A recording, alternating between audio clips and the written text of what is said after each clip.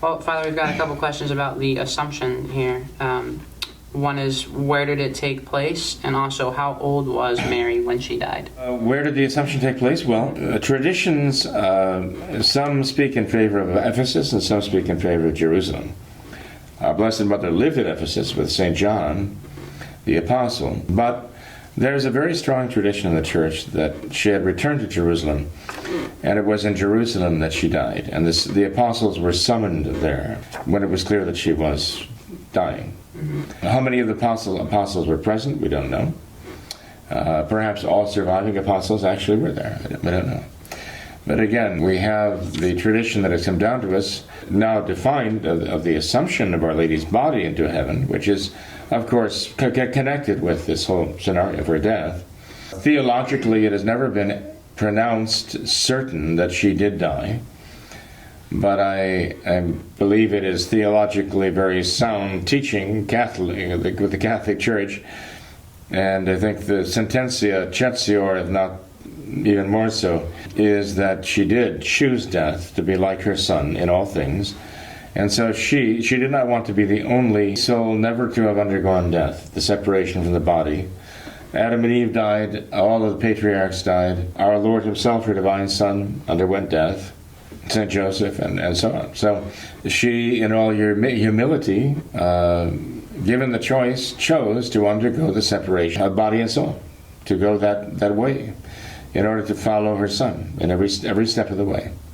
I can imagine her death being a very joyful one, because she'd waited so longingly for that moment that she would be free to go to her Son and to be united with him in the beatific vision, to be reunited with him in that most special way. And so I can imagine the expression on her face to be absolutely radiant when her body did separate from her soul, the soul separated from the body. The understanding is that her soul did go to heaven to our Lord, her Son, immediately, where she was received with great joy. Not only the joy of our Lord, but the joy of all the angels and all the saints who had preceded her in heaven, including St. Joseph and St. John the Baptist. But that her body remained here and was buried in a tomb for 3 days, and on the third day it was found very much as the tomb of our Lord was found. That her body, in fact, had been taken by the angels to heaven and reunited with her soul there. One could argue, though, that her soul was allowed to come, like our Lord himself, come back and reunite with the body in the tomb. One can argue that, but I think the tradition says that her body was taken and her soul was united there with heaven, with God. So that her holy soul, her united to this incorrupt body that had never been an instrument of sin, and therefore did not need to die, did not need to corrupt, did not need to be recreated, because it had never offended God.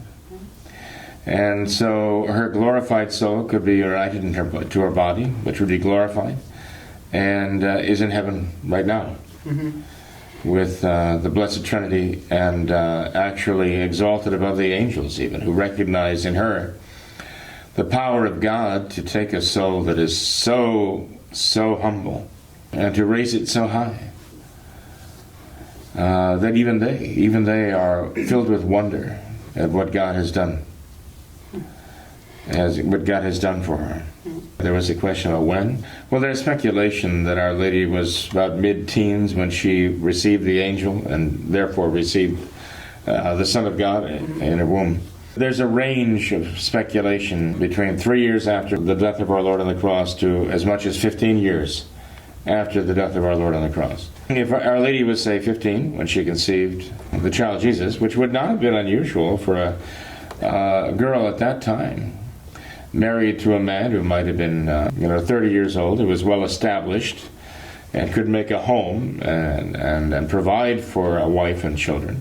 Then our Lord died at the age of 33. Okay, you add that to 15. So Our Lady would have been 48 years old when our Lord died on the cross, and would have been in her 50s or so, perhaps approaching 60 or so when she would have died, undergone that, assuming that she did, and was assumed into heaven.